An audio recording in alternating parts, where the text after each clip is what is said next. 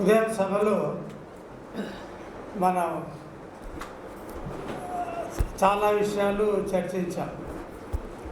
కొంతమంది మరి పని కట్టుకొని విమర్శిస్తున్నారు ఈ నవల్ని అని కూడా విన్నాం. వాటి గురించి ఇప్పుడు మనం మన ముఖ్య అతిథి, విశిష్ట అతిథి వక్తల ప్రసంగాల్లో వాటిని తగ్గించి నవలలో ఏముందో అందరికీ ఇప్పుడు తెలియజేస్తే బాగుంటుందని నా అభిప్రాయము. ఎందుకంటే ఇప్పుడు మనకు ముఖ్య అతిథిగా ఇచ్చేసినటువంటి గుంటూరు లక్ష్మీ నరసయ్య గారి గురించి అందరికీ తెలిసిందే. ఎందుకంటే వీరు 2 ఆంధ్ర దేశాల్లోనూ గొప్ప విమర్శకుడిగా ఆయనకు పేరుంది.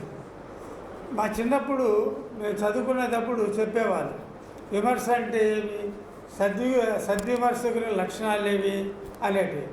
అవన్నీ మనకు గుంటూరు లక్ష్మీనరసయ్య గారిలో కనిపిస్తాయని నేను ఆశిస్తున్నాను.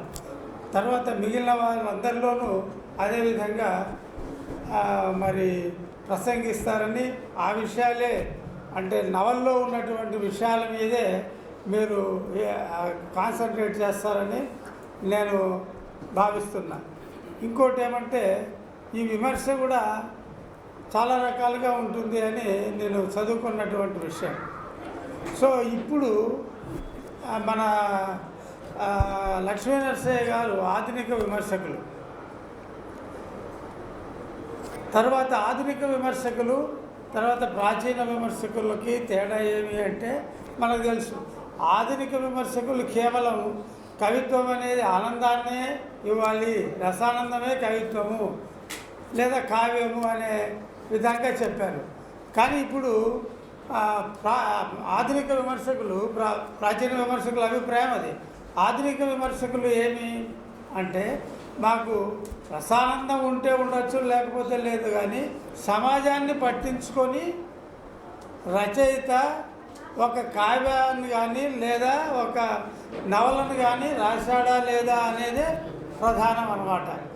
ఆ దృష్టిలో ప్రస్తుతం 2 ఆంధ్రదేశాల్లోనూ గొప్ప విమర్శకుడిగా పేరు పొందినటువంటి వారు లక్ష్మీ నరసయ్య గారు. లక్ష్మీ నరసయ్య గారి విమర్శను కూడా చాలామంది నేను విన్నా. అది నేను అదృష్టంగా భావిస్తున్నా. ఇంకోటి మరొక విషయం ఏమి అంటే ఏదైనా విమర్శించేటప్పుడు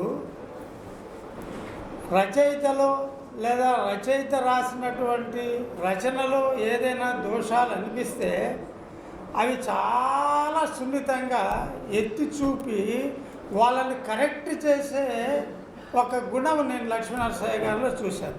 కాబట్టి అలాంటి లక్ష్మీ నరసయ్య గారు మరి ఇక్కడికి రావడం మామూలుగా మన అదృష్టం. వారిని మనం ముఖ్య అతిథిగా ఆహ్వానించాం. వారిని ప్రసంగించవలసిందిగా నేను కోరుతున్నాను.